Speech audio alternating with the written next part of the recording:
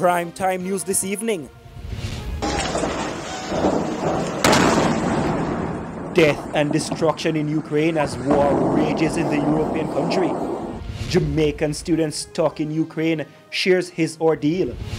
And Jamaican business community brace for potential fallout from war in Ukraine.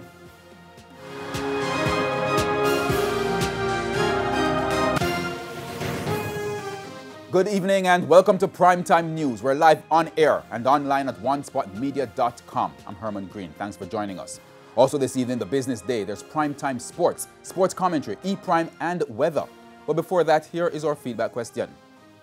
This evening we're asking, what are your thoughts about the Russian invasion in Ukraine? You can share those thoughts online at facebook.com/televisionjamaica or tweet at televisionjam1. Please stay with us. Primetime News returns right after this break.